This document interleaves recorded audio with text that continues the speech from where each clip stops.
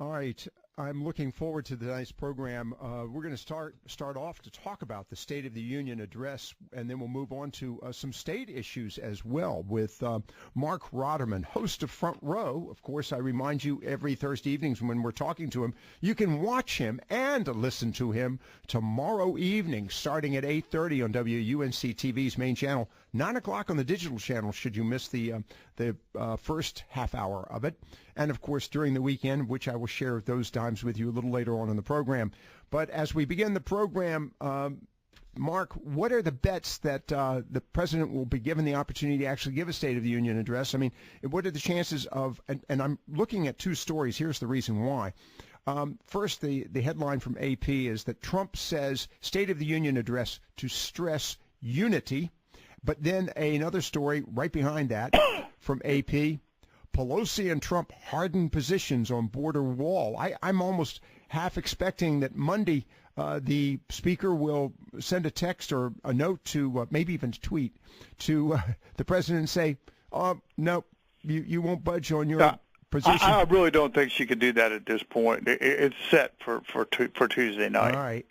But I think that he'll have a great opportunity to talk about his achievements from his perspective. And by the way, great to be with you again. Yeah, by the way, yes. And just rolling right into it. But I mean, the tax cuts, the buildup of the military, the thriving economy, the increase in wages for the first time in quite some time. I think wages are up 3%. That's not a lot to a lot of people if you're sitting in San Francisco in a ivory tower, but if you're down in eastern North Carolina and you got a 3% pay increase, it's a lot of money. I think with the juxtaposition, also what I would suggest to you that you'll probably hear a lot about the wall and the fence, because whatever you want to call it, and barriers, is because in the past, Schumer, Pelosi, and a lot of Democrats voted for it as late as 2013, and actually more money. Mm-hmm. And Schumer has just completely Chuck Schumer has completely done a 180. But the juxtaposition, and they are really the former governor candidate of Georgia, Stacey Abrams, the juxtaposition against her is intentional. The Democrats are against Donald Trump, but what they're trying to position her for another run for some office in Georgia. But just let me say this. A lot of time, first of all, nobody watches those. Right. After that, and two, they can be a big failure if not staged right. Well, as a matter of fact, I texted you on this earlier, and I want to get to the rebuttal in a moment, but I want to stick with the president's remarks on the State of the Union address. And I'm wondering, to your comment a moment ago, that you've pointed out how both Senator Schumer and Speaker Pelosi have supported the wall in the past. This is a national stage, and it strikes me that they're going to have a hard time kind of overcoming that message, which I tend to agree with you. I think the president is going to use this in light of the fact it is such a national stage. Well, I think clearly the president took a loss on the shutdown. Okay. There's no question. Okay, but one loss doesn't mean you've lost the war. Right. One battle. Right. Okay. And so he lost the battle, but I think he's going to win the war one way or the other. First of all, clearly constitutionally, he can say that there's a national emergency. He can begin building the wall. They'll cherry pick the Ninth Circuit District, which will shut that down and say, no, you can't do it. But I would suspect that the Supreme Court would weigh in pretty quickly, and he could do that. Let's remember, there's 12 to 15,000 illegal immigrants working their way through Mexico right now. Right.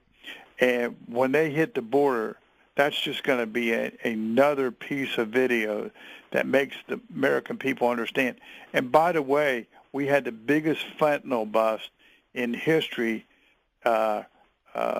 today or yesterday that could kill about the people in 5 or 6 states. So you don't hear that from ABC, CBS, NBC, or CNN, or MSNBC. But the truth is, that is a national emergency. Right. All right. I want to go back to the State of the Union address and the rebuttal here for a moment. Marc Rotterman with us, host of Front Row.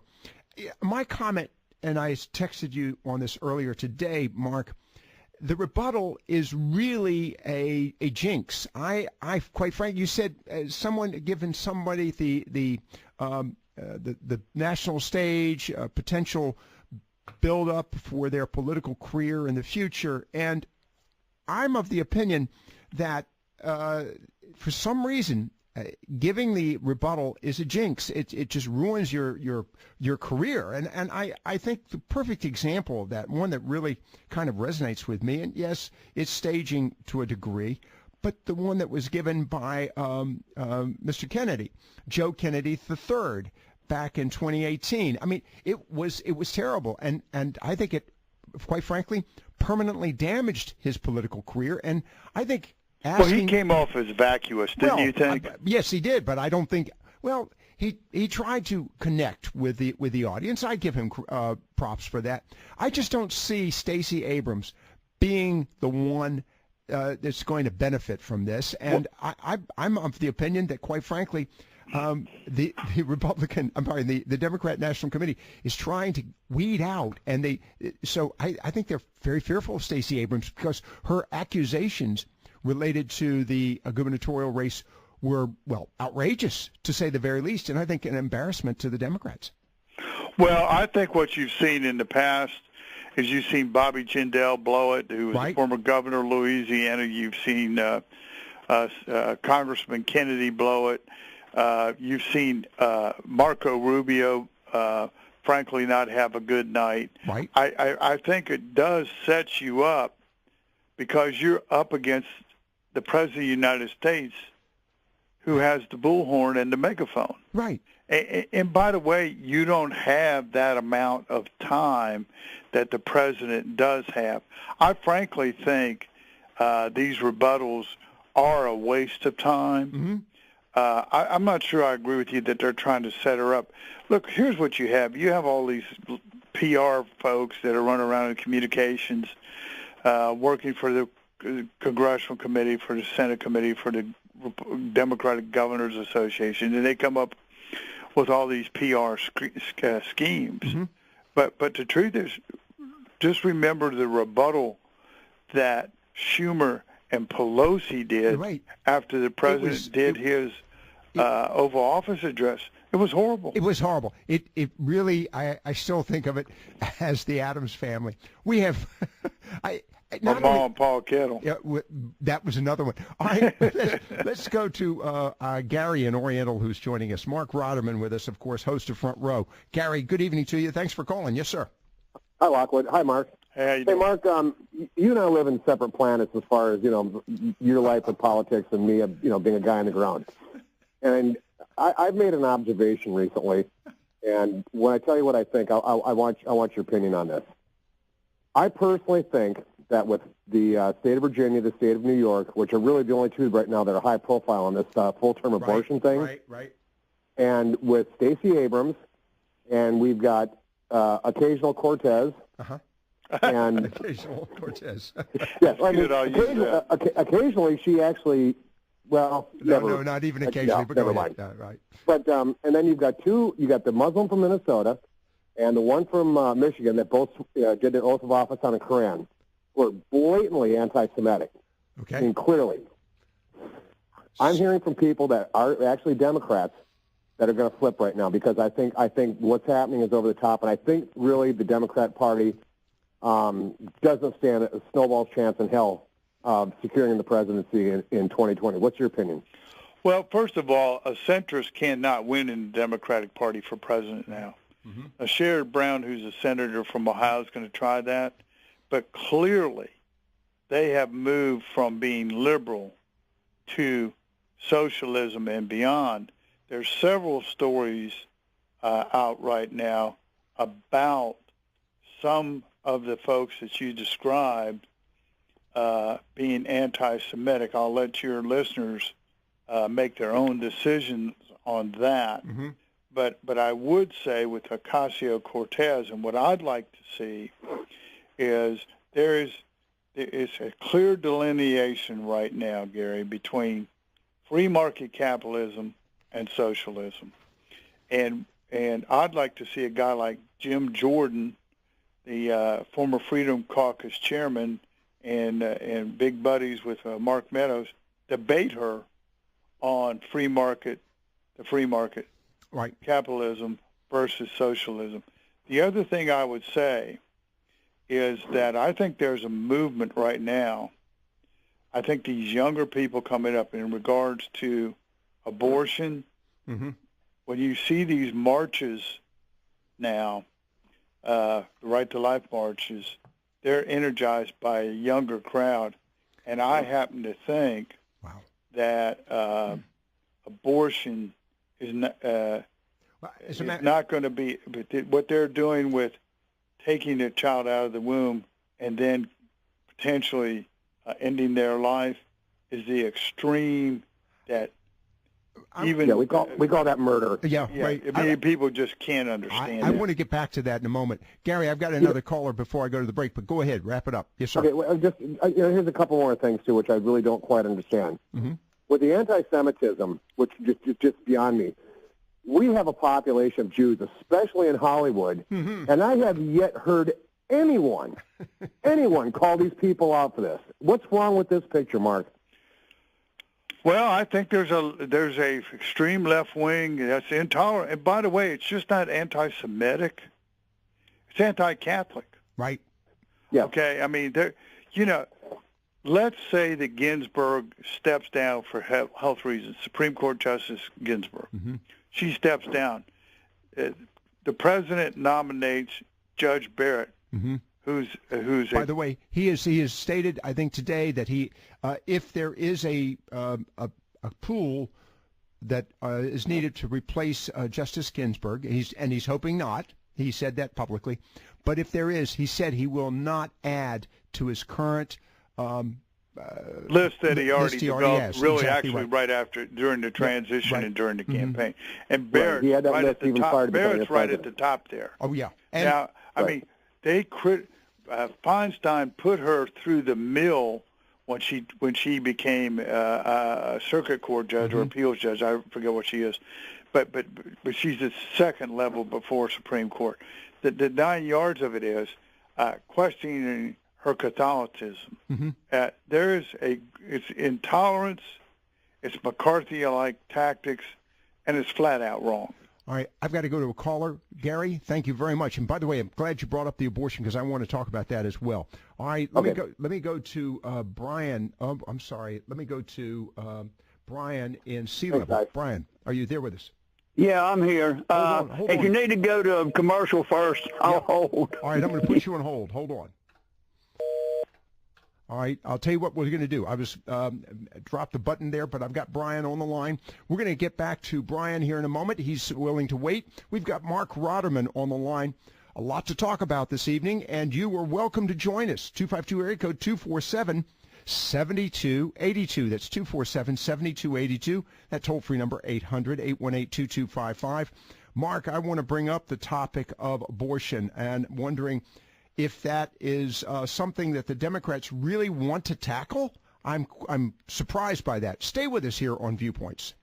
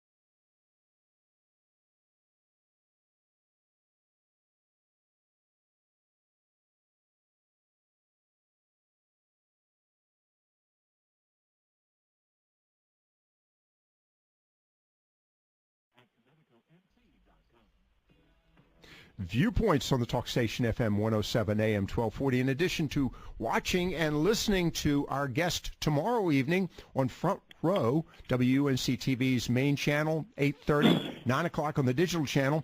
If you miss those opportunities, you've got Saturday at 4 p.m., Sunday at 9:30 a.m., both of those times on the digital channel, and then noon on Sunday on WUNC's main channel, and that's Front Row with our guest, your host at that time, Marc Rotterman. Mark, we've got a caller who's been very patiently standing by. Let me get to Brian at Sea Level. And Brian, thanks for your patience, and welcome, sir. That's fine. I was calling about the abortion issue. Yep. I've heard a couple of different stories on the radio today. And I guess New York State has passed a law, and I'm not sure if Virginia has or it's being proposed by a number of states. And I know murder is generally within the purview of a state, but unfortunately, maybe we need to have some sensible senators and congressmen propose a federal law to outlaw all forms of murder. Well, not outlaw it, but the prosecution of murder. Let every form of murder be legal. Well, let me throw something else in. Go ahead. In here, okay? Go ahead, Mark. I've been watching the news today, and actually a consultant that I know up in Washington, D.C. brought this up. How many congressmen and senators have been asked a question about these atrocities which they're proposing by CNN or any other reporter? Right. Good point. I mean, because what you are talking about is even during birth, they can terminate that child. You know, to your point, though, Brian. So in essence, I'm being facetious, but but to your point, I think it was the governor of Virginia was being interviewed, and he was I'll say justifying or saying, leave it up to the physicians and the mother, right, and all. But again, the child would be born, and he'd be kept comfortable and this kind of stuff while they decided what they wanted to do. Well, I don't know if you all watched the show The Vikings. I do. I like that. Well, in last week's episode, Ivar the Boneless, because there was something wrong with his infant son, he took him out and left him in the woods to die. I mean, that's what the Spartans and the other cultures did in the past, but we've come to abhor that type of activity until the last 20 to 30 years in this country. Well, first of all, if they're, what they're saying, Brian, is that there might be some kind of defect or, some kind of disease or something like that. Well, they know that going in after the first month or so.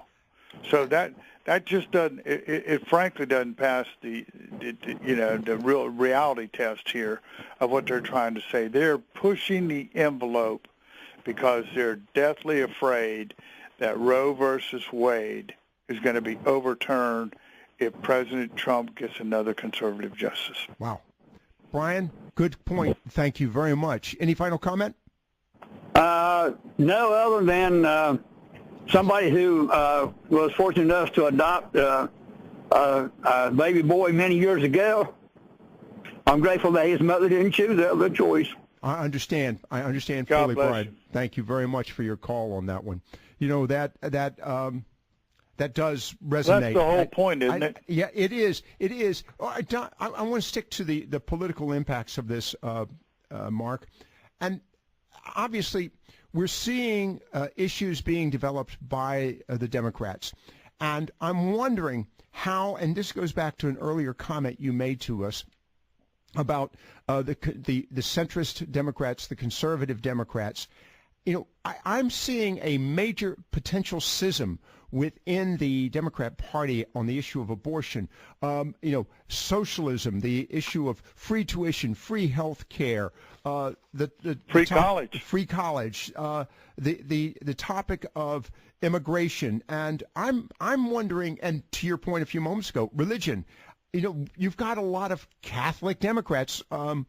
Maybe they're well, as Governor Cuomo says, he doesn't represent Catholics. He represents all people, but that's all people who are living.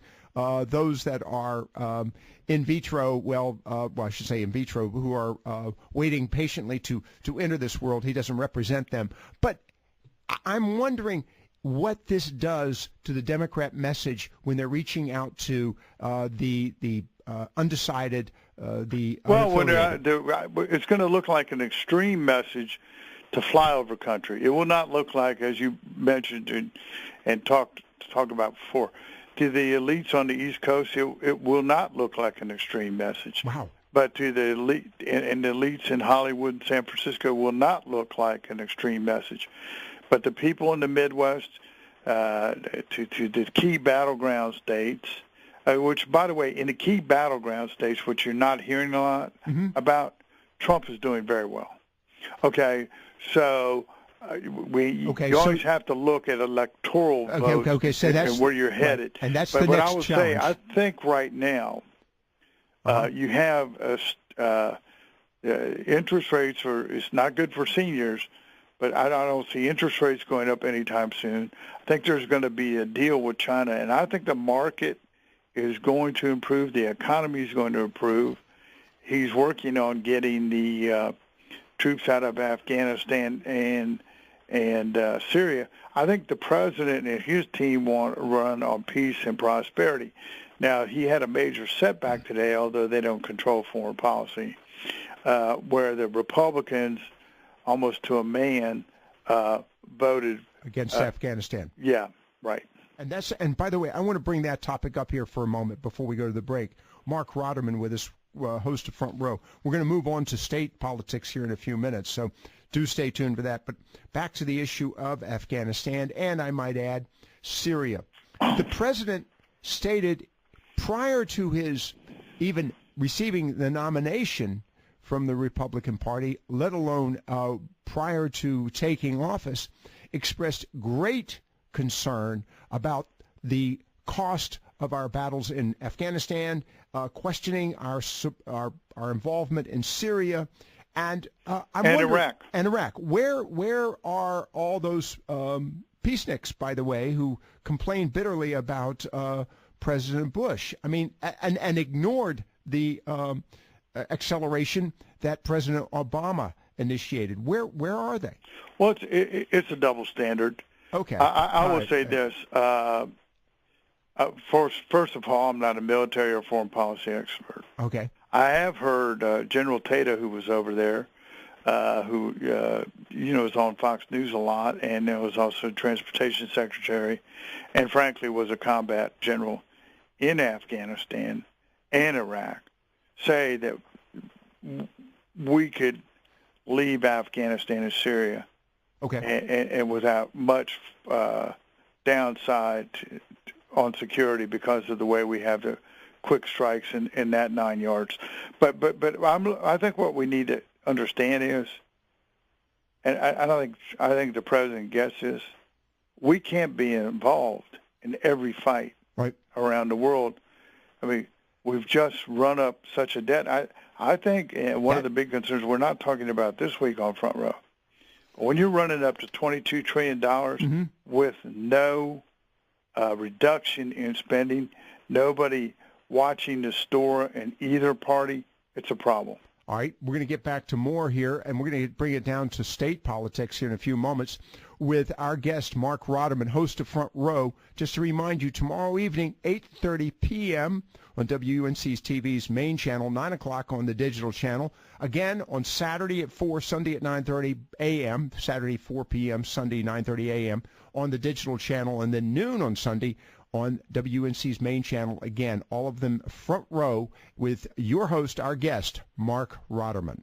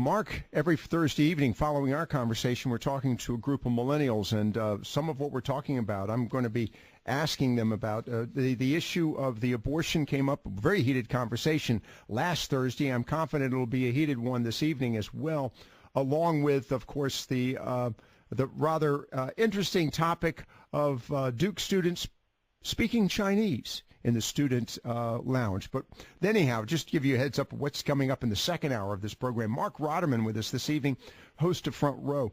Mark, the issue of abortion, and I want to bring this to North Carolina for a moment.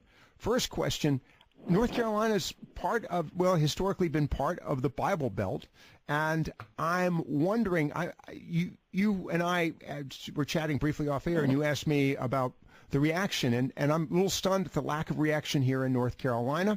And I might add, I'm wondering how this will influence state politics. It's interesting. I saw a story today in the News Observer how, I think it was today or yesterday, how the state attorney general is going to work aggressively to basically eliminate the backlog on all the rape kits.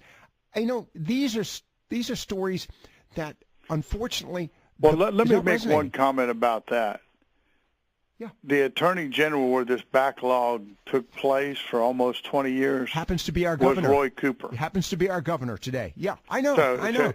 And by the way, Attorney General Stein has been dealing with this for a couple of years. I mean, things are just not moving. But let me say, I do think there was a backlash in Virginia.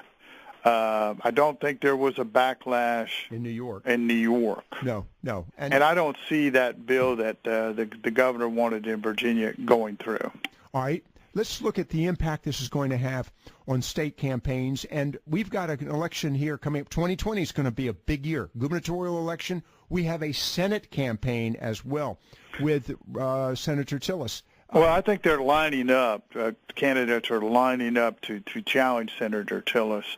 I think his challenge is to be able to thread the needle, and by that I mean, can he secure the Trump base, and at the same time appeal to suburban women? I think that's a heavy lift for him. I'm sure they're going to attempt to do it. And by the way, at this point, though, you can't beat somebody with but he's got some lower tier Democrats running against him. But from what I'm hearing, you're going to see some top tier Democrats go against him, and potentially some self-funders. Really? Yes. Okay, self-funders, that's significant. All right, Mark, looking at the senatorial race in North Carolina, what will be some of the pivot points? Will it be immigration? Will it be support for the president? And I do think that is what it's going to be, and I think Tom Tillis, Senator Tillis, has wrestled with the immigration issue. He's tried to come up with some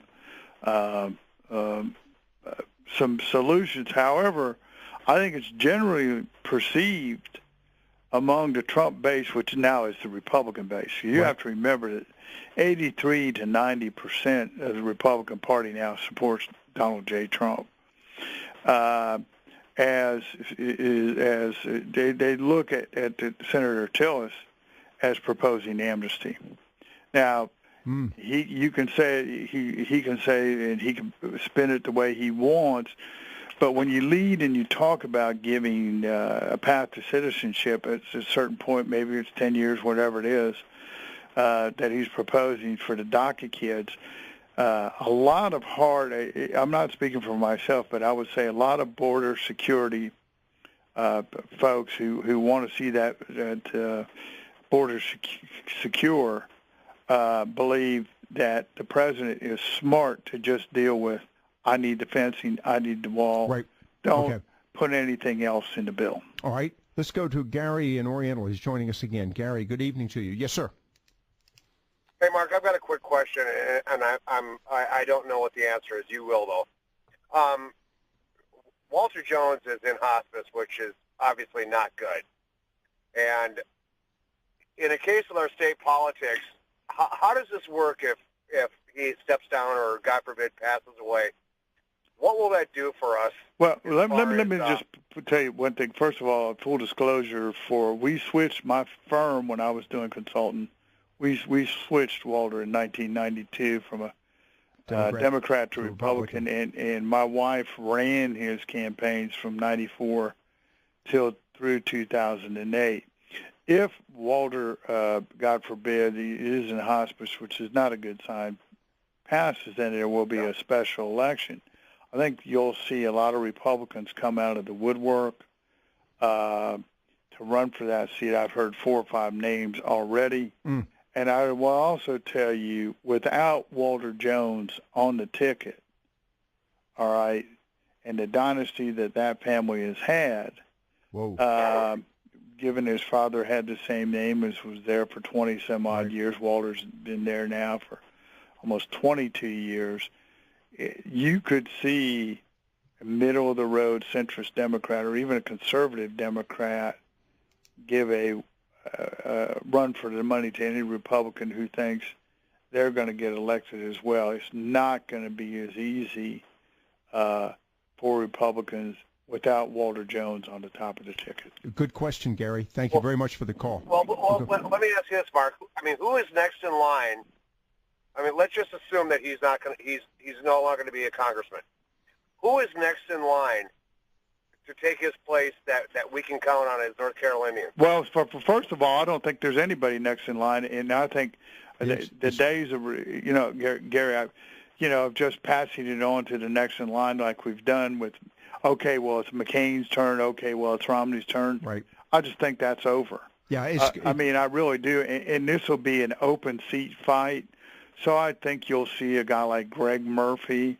I think there's a couple other folks who have ambitions to it. I've heard a couple GOP county chairmen are interested. I wouldn't be surprised to see Scott Daisy run again.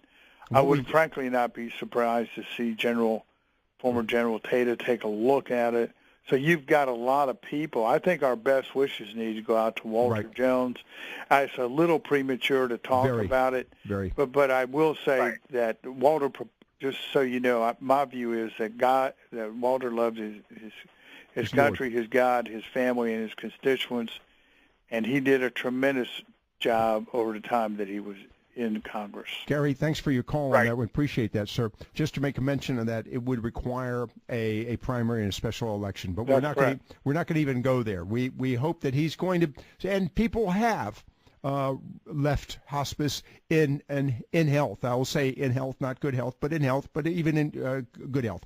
Mark, as we wrap it up with you this evening, what's on tap tomorrow evening on Front Row, as seen, starting at May 30 on WUNC-TV's main channel, 9 o'clock? Well, we'll be talking about the folks that are lining up to challenge Senator Tillis. We'll be talking about the General Assembly's week. We're going to talk about that potential third-party candidate for president, this guy Schultz, who actually ran Starbucks. Right. Of course, we'll be talking about the most underreported stories of the week, and several other items will be coming up. We have a great crew, a great panel, and as always, it'll be lively.